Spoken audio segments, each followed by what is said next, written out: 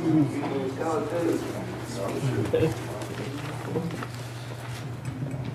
you doing today? First off, I'd like to say congratulations to the graduates.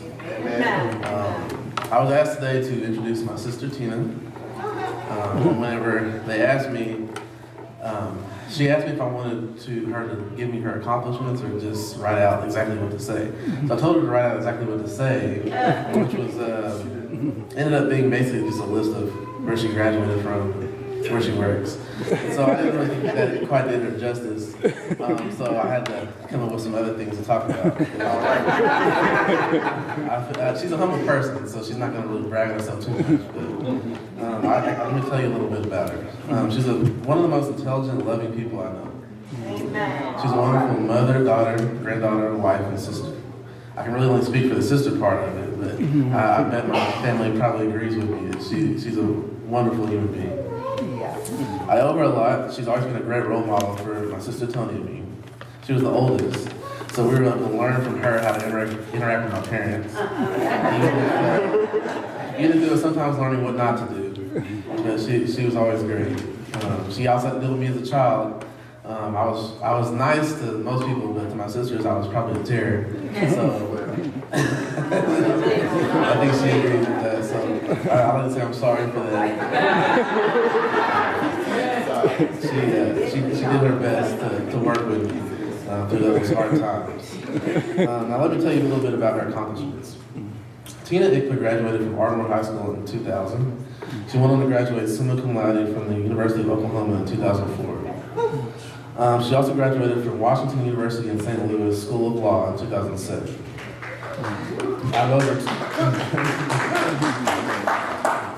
Out of over 200 law schools in the nation, Washington University is consistently in the top 20. She began her legal career as a prosecutor for the city of Chicago. 7 years later, she returned to Oklahoma and joined the Oklahoma Bureau of Narcotics as a staff attorney. In 2016, Tina joined the Oklahoma Tax Commission, where she currently practices tax law and employment law. Tina has served as a mentor for the education and employment ministry, in which she helped to prepare incarcerated women for release. She has written grants for Norman-based nonprofits Luggage with Love and Bethesda, and served on the steering committee and the school board for Victory Family School in Norman, Oklahoma. She serves on the production team for Victory Family Church in Norman, Oklahoma, and leads a women's group. She's a loving wife to Nsisong Sr. and perpetually amused mother to Idara and Inja. Most importantly, she's a strong, God-fearing woman, and I'm proud to introduce to you my sister, Tina Sharell.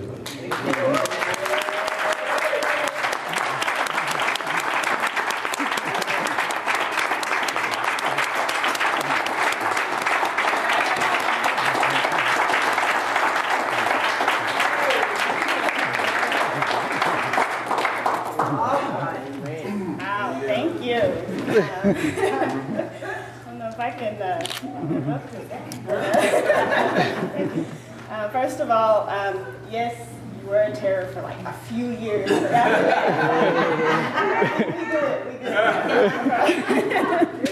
But giving all out to God, honor to God, I'm humbled and just thankful to have been invited to speak to you all today. Giving honor to Pastor Walton and the pulpit staff. It's wild. How are y'all doing, Pastor? Look at y'all, man. Y'all had just got here when I said, yeah, look at us. I don't feel old at all. It's fine. But no, man, it's wild. It's just such an honor to speak to you all today and just think about where I was when I sat where you all are sitting right now. When I was sitting there where you're sitting, I was hearing a lot of the same things that you all are probably going to hear over the next few days. Reach for the sky. The world is yours. If you can believe it, you can achieve it. The places you'll go. I don't know if they still read that at graduations, but that was a real thing when I was graduating. But anyway, I truly believe that the people who were gassing us up at that time believed the things that they were saying to us. I believe that they really in their minds knew we were just going to go out there and change the world, you know. I believe there was genuineness in those people when they were saying those things to us. But I'm going to keep it real with y'all. I believe there was kind of an unspoken understanding that we weren't really expected to do all that right away. I think they kind of knew we were going to take some time and make some mistakes. Spend some money unwisely, get into some unhealthy relationships, get out of some unhealthy relationships, get back into some unhealthy relationships. Basically, just make a lot of mistakes. Just kind of screw some things up a little bit. Find ourselves. And then settle down and get about the business of changing the world. And no one really said that, but it was kind of understood. That was what was going to happen, right? But nowadays, I think when people are saying these things to you, like the world is yours, what they're really saying is, no, really, the world is yours. Like, we're doing the best we can out here, but they wilding, so if y'all could suit up and like get out here and help us out, we're trying, but to help. And it's not fair, right? I mean, y'all need to have that grace period too. Y'all need to have some time to kind of find yourselves too. You know, but sorry. The fact of the matter is, y'all have shown yourselves to be up to the task. I mean, in your short time on this planet, y'all have seen so much. So much good and so much bad. You know, when I was getting ready to be a senior in high school, the Columbine massacre had just happened. And although there had been other school shootings before that, for me, that was the most horrible thing to have ever happened. It was the first time I'd even heard of something like that. But your whole lives have been marked by all too regular school shootings. Your whole lives have been marked by horrible things on the news, horrible hashtags, the rise of the Black Lives Matter movement, the need for the Black Lives Matter movement. And you've engaged in all that. Your generation is organizing marches. Your generation is engaging with politicians. Y'all are tweeting, y'all are recording stuff, y'all are telling the country what to talk about. You literally have power at your fingertips. That's right. Not potential. Power now. You have power right now. And people in my generation, if they're smart, they see that. And the generations above me. And some of them, if their intentions are not so good, will seek to exploit that power. And some of them, if their intentions are better, will try to develop that power. But what I want to do is give you a game plan to use your own power to change the world. You see, your power is like a raw natural resource, like vibranium. What kind of and anyone who knows anything about a raw natural resource knows that it needs to go through some kind of a refining process to be of benefit to the community and to people. So how do you refine your power?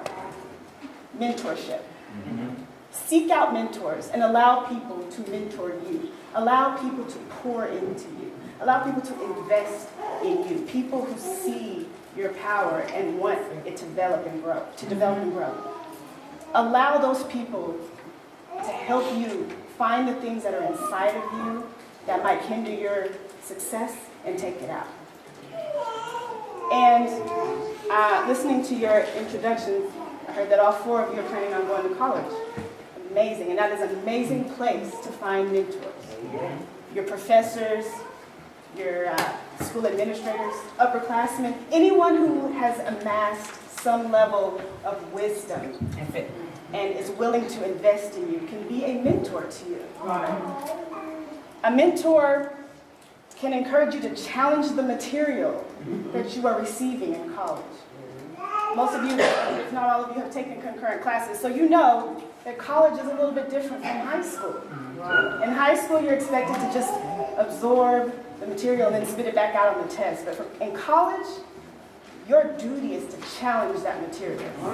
Figure out why they're teaching this to me this way. Is there another way for it to be taught? Is there another part of the story they're not telling me? Challenge that material. And your mentors will help you do that. Another part of refining your power that a mentor can help you do is help you to define your passion. You may not know what your passion really is right now, and that's okay. I didn't know when I graduated from high school what my passion was. That came much later. But a mentor can help you see maybe where you can't see it, where your passion is, or they can expose you to something that will ignite a passion in you that you can take and do something with later on. Something else that mentorship can help you do,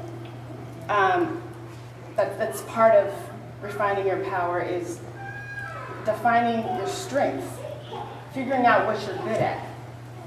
Your passion and your strength are two different things. For instance, your passion might be music. It doesn't necessarily mean your strength is singing. A mentor can say, you know what, baby girl, I know you love singing, but maybe the fact that the only people who ever asked you to sing is your mama might be your clue that you're not Beyonce, but that's okay. Because I'm going to help you find out what it is that you are doing. A good mentor will do that. I make that distinction because this goes into, my next point. But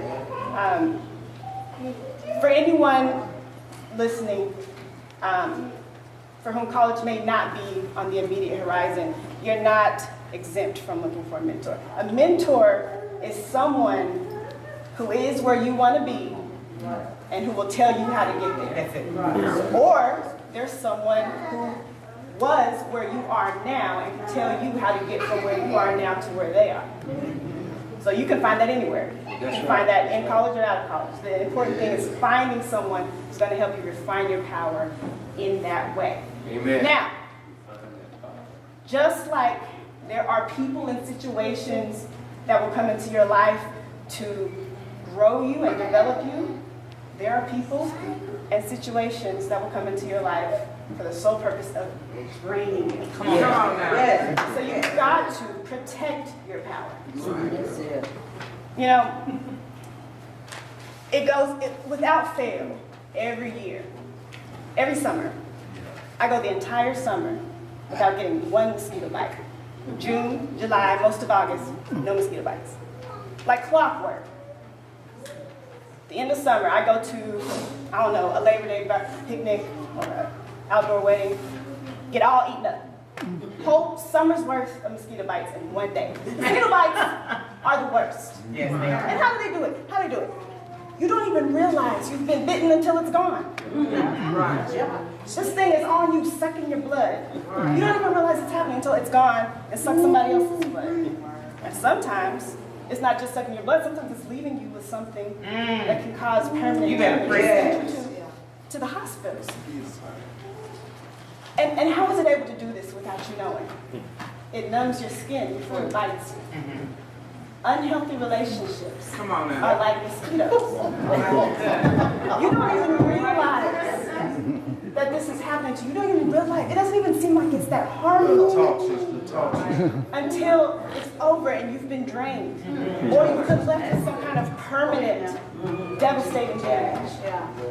So how do you protect your power in situations like that? How do you decipher between a good relationship and an unhealthy relationship? Well, You think about the effect that it's having on you. Where are you when that person leaves your presence? How do you feel? Do you feel empowered? Do you feel energized? Or do you feel drained? Now notice I didn't say do you feel good or do you feel bad?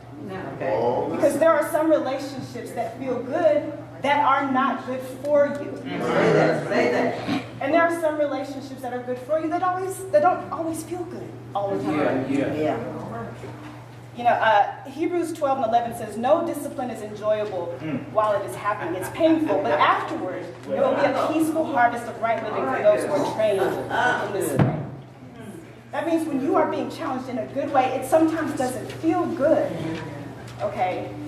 but it's helping you, it's good for you. Yes. And you will see in the long term that you feel energized and that you feel empowered. My God. You know? And, you know, sometimes it can be a little bit hard to tell the difference between a relationship that's good for you, that's energizing you, and a relationship that's draining you. The pastor of my church in Norman says this about healthy relationships. In a healthy relationship, there is trust, unconditional love, laughter, and tears. A healthy relationship will lift you up, hold you accountable, invest in you, and support you. And this is in a relationship. I'm not just talking about romantic ones. I'm talking about friendships, family members, people who purport to be mentors. Teach. Anyone who is in your life, any relationship this can apply to. A relationship that's not good for you, a relationship that's draining you of your power, will leave you feeling inadequate, like you're not good enough, like you're alone in the world. And in order to really decipher what this relationship is doing to you, you've got to look at it objectively. You've got to be critical about it. You got to kind of sit back away from the emotions a little bit and look at it critically. Where was I when I started this relationship, and where am I now? That's it. Has this really helped me? Yeah. Critical thinking is so vital to protecting your power. And critical thinking isn't just useful for evaluating your relationships. Critical thinking is vital to evaluating all the information that comes at you from social media, from your friends. You've got to challenge that information that you're seeing. I see it all the time. The articles and the memes and the videos shared on my Facebook timeline and my Twitter timeline, and I'm looking at this like, y'all gotta use critical thinking, guys. Why is this being sent to you? Is it just to make you mad? Because if it's just to make you mad, it's not really growing you, it's draining you of your power. That's it. That's it. Is it pushing you and driving you to action? Okay, then maybe that's good. But it's gotta have some basis in fact. It's gotta have a basis in fact. Don't let somebody feed you a bowl of nonsense. Come on. Accept it as gospel, and then let that form your whole entire worldview. Say that. Look at our dearly departed brother Kanye West.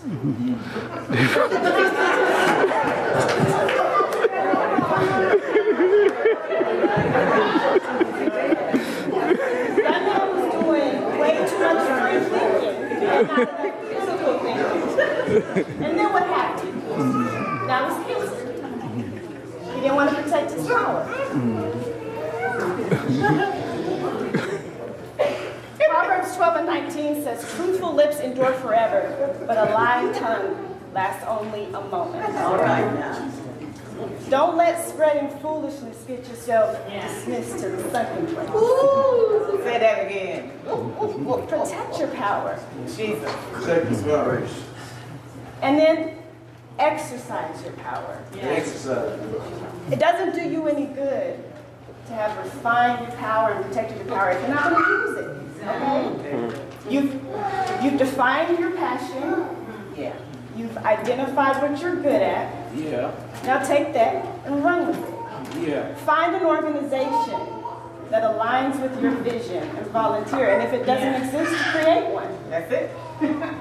When I was an intern in law school, after my first year of law school, I interned with this organization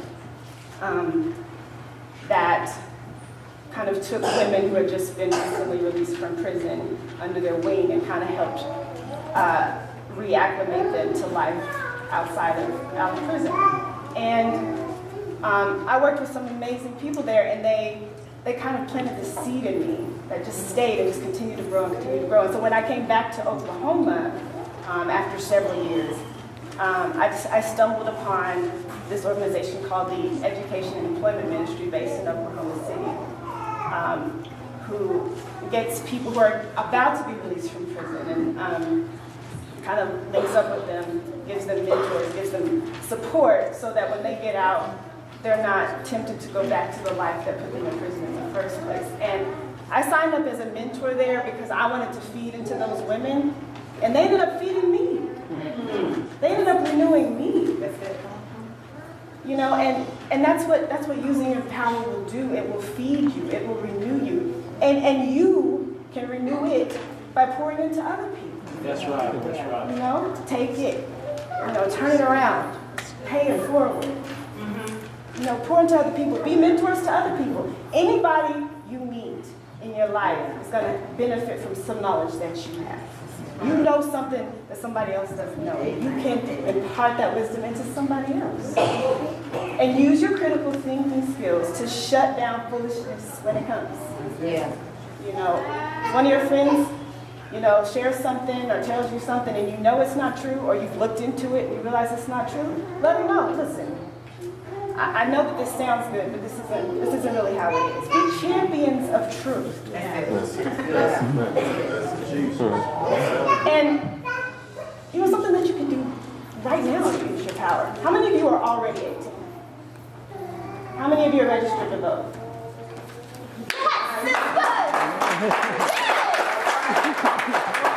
I love it. All right. June 26th. Yeah. Primary elections. Be at that. Yeah.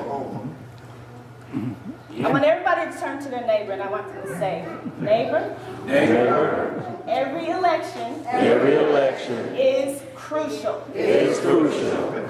Amen.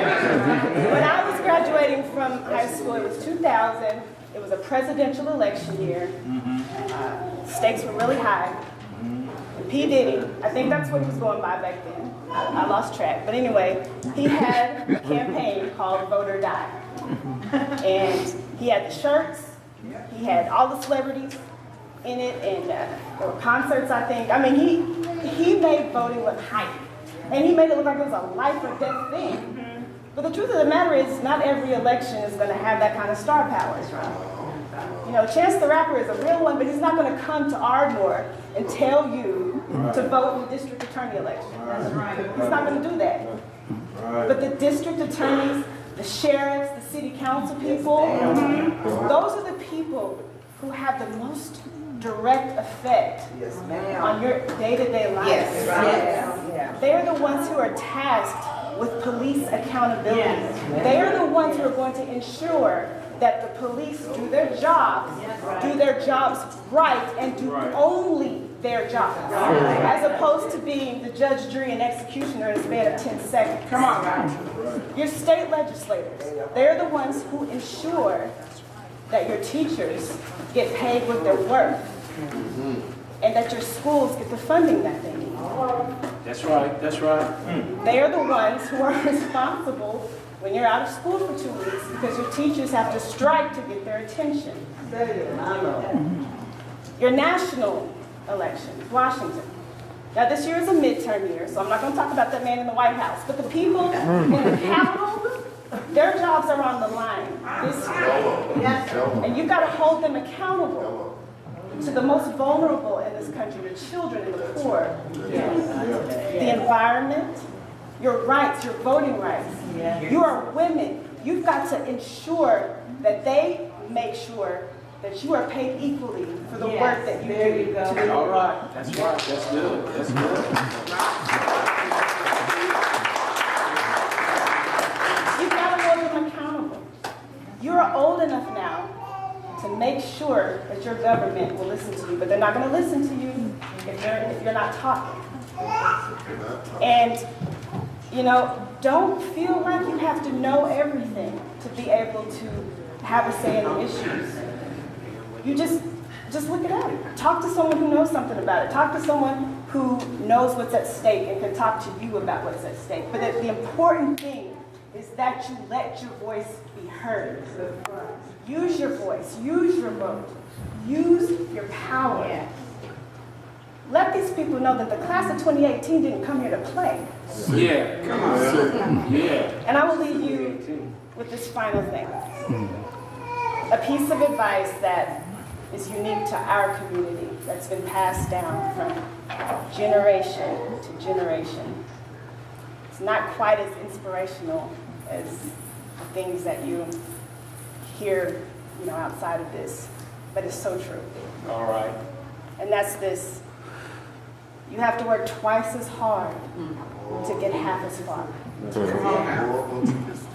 But I believe that if you refine your power, protect your power, and exercise your power, you will be the last generation to have to hear that. All right.